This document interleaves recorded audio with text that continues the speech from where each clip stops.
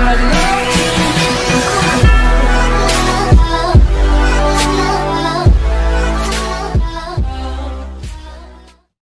আপনারা দেখছেন physics academy মহিষাদ। আজকে আপনাদের সামনে ভৌত বিজ্ঞানের একটি অত্যন্ত গুরুত্বপূর্ণ চ্যাপ্টার। বহুদিন ধরে বহু স্টুডেন্ট আমাকে কমেন্ট করছিল যে স্যার আলো এবং চলতড়িৎ ছাড়ুন, আজকে আলো লাইট চ্যাপ্টার। আমরা জানি লাইট চ্যাপ্টারটা প্রচণ্ড বড়, ক্লাস 10-এর অন্যান্য চ্যাপ্টারের তুলনায় লাইট এবং চলতড়িৎ যথেষ্ট বড় চ্যাপ্টার। তাই বড় চ্যাপ্টার মানে অনেক প্রশ্ন হবে, সেখান থেকে কোন কোন প্রশ্নগুলো আসার সম্ভাবনা আছে, কি কি শর্ট কোশ্চেন পড়তে পারে, সে ধরনের একগুচ্ছ প্রশ্ন নিয়ে আজকে আমরা উপস্থিত। যে প্রশ্নগুলি আপনাদেরকে দিলে হয়তো তার মধ্যে থেকে কিছু কমন আসার সম্ভাবনা থাকবে। এবার প্রশ্ন হলো এখান থেকে কি পড়ব। মনে রাখবেন, এখান থেকে যেমন শর্ট কোশ্চেন পড়বে তেমনই পড়বে লং কোশ্চেন, আর তেমনই পড়বে 3 নাম্বার, অর্থাৎ 1 নাম্বার, 2 নাম্বার এবং 3 নাম্বার সব রকম কোশ্চেন এখান থেকে এসে থাকে। লাইট চ্যাপ্টার করার আগে কিছু জিনিস আমরা বলতে চাই যে লাইটে যখন রে ডায়াগ্রাম করবেন, রে ডায়াগ্রাম মানে ছবি আঁকতে দেবে, যেটা লেন্সের এই অবস্থানে বস্তুকে রাখলে তার ইমেজ কোথায় বা প্রতিবিম্ব কোথায় সৃষ্টি হয় তার চিত্র অঙ্কন করো, একে বলা হয় রে ডায়াগ্রাম। রে ডায়াগ্রাম আঁকার সময় কিছু সাবধানতা অবলম্বন করা উচিত। যেমন ছবিতে অ্যারো চিহ্ন অবশ্যই দিতে হবে, তীর চিহ্ন অবশ্যই দিতে হবে। তীর চিহ্ন না দিলে ছবিটা ইনকমপ্লিট, পুরো নাম্বারটাই কেটে নেবে। ছবিটা আঁকার সময় উত্তল বা অবতল লেন্স কোন লেন্সের কথা বলা আছে সেটি লক্ষ্য রাখতে হবে, সেই লেন্সের সাপেক্ষেই ছবিটা আঁকতে হবে এবং ছবিটাকে নিট অ্যান্ড ক্লিন হতে হবে এবং প্রত্যেকটা বিন্দুর অবস্থান অর্থাৎ ফোকাল লেন্থ বা যেসব থাকবে, রেডিয়াস অফ কার্ভেচার, সেই জিনিসগুলোকে সুন্দর করে সুস্পষ্টভাবে চিহ্নিত করতে হবে, না হলে কিন্তু নাম্বার পাওয়া যাবে না। এটা গেল রে ডায়াগ্রামের ব্যাপার। এবার আমরা কোন কোন প্রশ্ন এখান থেকে আসার সম্ভাবনা সেই প্রশ্নগুলো নিয়ে আজকে আপনাদের সামনে আমরা ডিসকাস করব। তাই দেরি না করে সরাসরি চলে যাচ্ছি আজকে আমাদের মেন টপিকে, আলো থেকে কোন কোন প্রশ্ন আসার সম্ভাবনা আছে। তো আমি সেরকম আপনাদের জন্য একটি সেট বানিয়েছি। প্রথমে বলে রাখি, দুটো সংজ্ঞার কথা বলবো। গোলীয় দর্পণের ক্ষেত্রে বক্রতা ব্যাসার্ধ এবং প্রধান অক্ষ। যদি পরে 1 নাম্বারের প্রশ্ন, এটা 1 নাম্বার করে দিতে পারে সংজ্ঞা লেখার জন্য। গোলীয় দর্পণের বক্রতা ব্যাসার্ধ এবং প্রধান অক্ষের সংজ্ঞা লিখুন। আবারও বলছি, সংজ্ঞা কিন্তু বইয়ের মতো কপি টু কপি হতে হবে, নিজে বানাবেন না বা নিজে তৈরি করে উল্টোপাল্টা করে লিখবেন না। বইয়ে যেরকমটি আছে ওই রকমটি লিখতে হবে, অর্থাৎ কাট পেস্ট করতে হবে। দ্বিতীয় প্রশ্ন, এটা ভিভিআই প্রশ্ন হতে যাচ্ছে যে প্রশ্নটা বলবো। গোলীয় দর্পণের ক্ষেত্রে এফ সমান r/2 প্রমাণ, অর্থাৎ ফোকাস দৈর্ঘ্য সমান রেডিয়াস অফ কার্ভেচারের অর্ধেক। এফ সমান r/2 প্রমাণ, এটা গোলীয় দর্পণের ক্ষেত্রে ভিভিআই প্রমাণ। পরের প্রশ্ন চলে যাচ্ছি। দর্পণ, সমতল, উত্তল, অবতল 3 রকম দর্পণ আপনাকে দেওয়া হবে।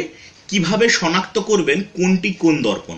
এই দর্পণের শনাক্তকরণ এর বেশ ভালো প্রশ্ন, 2 নাম্বারের এসে থাকে, ভালো করে পড়ে যান। এরপরে আসছি গোলীয় দর্পণের ব্যবহার। কয়েকটা দর্পণের আমি ব্যবহার এখানে উল্লেখ করে দেব, ভালো করে করবেন। শর্ট প্রশ্ন প্রত্যেকবারই এখান থেকে একটা করে আসে, এবারেও হয়তো আসবে। যেমন দন্ত চিকিৎসকরা কোন ধরনের দর্পণ ব্যবহার করেন? উত্তর হচ্ছে অবতল দর্পণ। মোটর গাড়ির চালকরা ভিউ ফাইন্ডার হিসেবে, ভিউ ফাইন্ডার মানে যে গাড়ির হেড পাশে যে আয়নাটা থাকে, যেটা পেছন দিক থেকে কোন গাড়ি আসছে দেখার জন্য, অর্থাৎ ভিউ ফাইন্ডার হিসেবে কোন দর্পণ ব্যবহার করেন? উত্তল দর্পণ। এরপরে আসছি দাড়ি কামানোর জন্য কোন দর্পণ ব্যবহার করা হয়? অবতল দর্পণ। এরপরে আসছি মোটর গাড়ির হেডলাইটে কোন দর্পণ ব্যবহার করা হয়? অধিবৃত্তীয় দর্পণ। এছাড়াও থাকতে পারে সার্চ লাইট এবং আপনার দূরবীক্ষণ যন্ত্র, এতেও কিন্তু অধিবৃত্তীয় দর্পণ ব্যবহার করা হয়।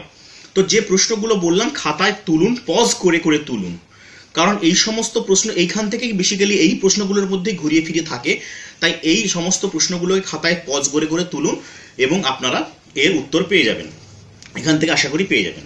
এরপরে সরাসরি চলে যাচ্ছি আলোর প্রতিসরণ ডিপার্টমেন্টে বা প্রতিসরণ গ্রুপে। আলোর প্রতিসরণ কাকে বলে? সহজ প্রশ্ন। প্রতিসরণের সূত্রাবলী লেখো, যদি লিখতে বলা থাকে 2টো সূত্র লিখবেন। দ্বিতীয় সূত্রটাকে মনে রাখবেন স্নেলের সূত্র বলা হয়। স্নেলের সূত্র গাণিতিক রূপটা কি না, সাইন আই বাই সাইন আর সমান মিউ। এই মিউটা কি? মিউটা হচ্ছে মাধ্যমের প্রতিসরাঙ্ক। মাধ্যমের প্রতিসরাঙ্ক কোন কোন বিষয়ের উপর নির্ভর করে? খুব ভালো প্রশ্ন। মাধ্যমের প্রতিসরাঙ্ক কাকে বলে এবং কোন কোন বিষয়ের উপর নির্ভর করে? মাধ্যমের প্রতিসরাঙ্ক নির্ভর করে 2টি জিনিসের উপর। 1, যে বর্ণের আলো পড়েছে তার সেই বর্ণের আলোর উপর। 2 নম্বর, প্রথম এবং দ্বিতীয় মাধ্যমের প্রকৃতির ওপর, এই দুটো জিনিসের ওপর মাধ্যমের প্রতিসরাঙ্ক নির্ভর করে, মনে রাখবেন। এরপরে আসছি, এটা কিন্তু ভিভিআই কোশ্চেন ছিল। এরপরে আসছি, রাতের আকাশে নক্ষত্ররা ঝিকিমিকি করে কেন? কনসেপ্টের ব্যাপার, প্রতিসরণ থেকে ব্যাখ্যা করতে হবে। কনসেপ্ট ভালো থাকলে আপনি নিজেরাই এটা লিখতে পারবেন, আর যদি দরকার পড়ে বইয়ের সাহায্য নিতে পারেন। সহায়িকা বই আছে, টেক্সট বই আছে, যে কোনো একটা বইয়ের সাহায্য নিলেই পেয়ে যাবেন। এরপরে একটি ভিভিআই কোশ্চেনের কথা বলবো। একটি কাঁচের স্ল্যাবের মধ্য দিয়ে আলো যখন প্রতিসরণ ঘটে তখন আপতিত এবং নির্গত রশ্মি পরস্পর সমান্তরাল ব্যাখ্যা করো বা প্রমাণ করো।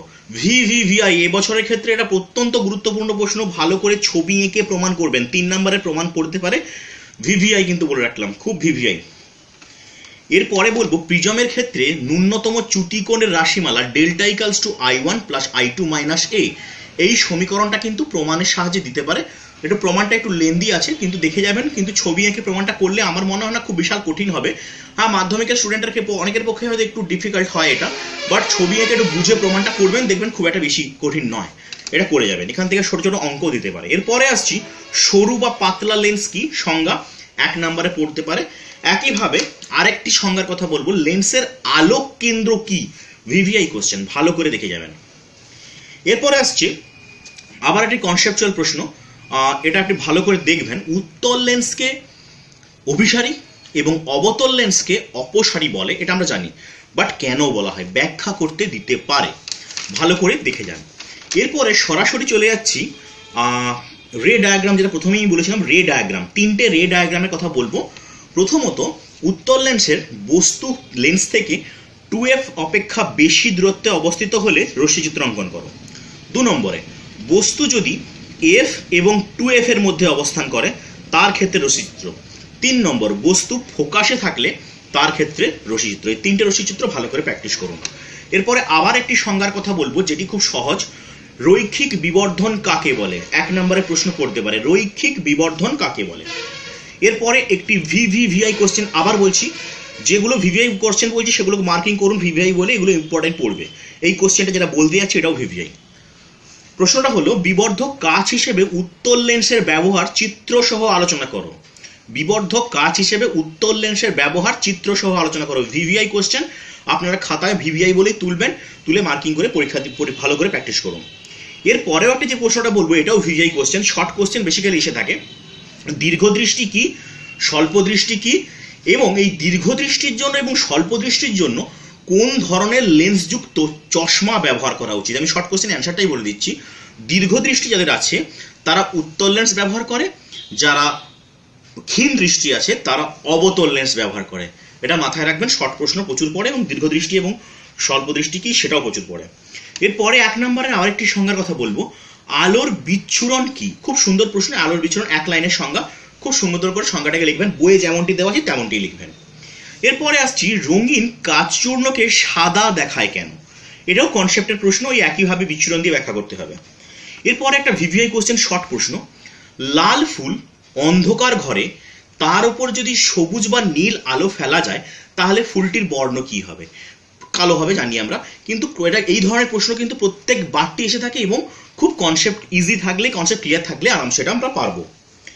এবার 3টি রশ্মির নাম বলছি যাদের প্রত্যেকটির 2টি করে ব্যবহার এবং ক্ষতিকারক প্রভাবটা দেখে যাবেন। 1 নম্বরে এক্স রশ্মি, 2 নম্বরে আসছি গামা রশ্মি, এবং 3 নম্বরে আসছি অতি বেগুনি বা আলট্রাভায়োলেট রশ্মি। এরপরে আসছি বিক্ষেপণ সংক্রান্ত কয়েকটা 2-3টা প্রমাণের কথা বলবো, প্রমাণ ঠিক নয়, ব্যাখ্যামূলক প্রশ্নের কথা বলবো।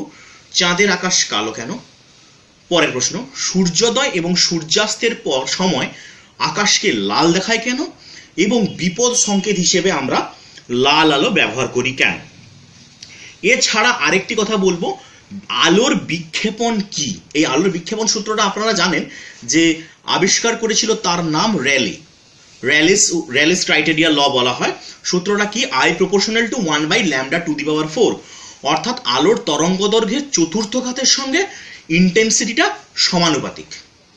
এই সূত্রটা ভালো করে পড়ে যাবেন, একইভাবে বইয়ে দেওয়া আছে, সুন্দর করে পড়বেন, এবং এর সাপেক্ষে যে এই পড়তে পড়তে যে শর্ট কোশ্চেনগুলো পড়বে সেগুলো একটু দেখে নেবেন, কারণ সমস্ত শর্ট কোশ্চেন বা এমসিকিউ টাইপ আলোচনা করা অসম্ভব ব্যাপার, প্রচুর সময় সাপেক্ষ ব্যাপার। তো এই যে প্রশ্নগুলো পড়লাম, এগুলো পড়লে আশা করি আপনাদের মধ্যে এবছর কমন পেয়ে যেতে পারেন। এছাড়াও ডিটেলসে যারা একটাই মনে রাখবেন, শর্টকাট পদ্ধতি হয় না, নাম্বার পেতে গেলে পড়তে হয়। শর্টকাটে কোনোদিন নাম্বার পাওয়া যায় না। পড়াশোনার ক্ষেত্রে শর্টকাট পদ্ধতি চলে না। নাম্বার যদি পেতে চান দীর্ঘস্থ পড়াশোনা করুন, অর্থাৎ বেশিক্ষণ ধরে পড়ুন, ডিটেলসে পড়ুন। টেক্সট বইয়ের বিকল্প কিছু হয় না।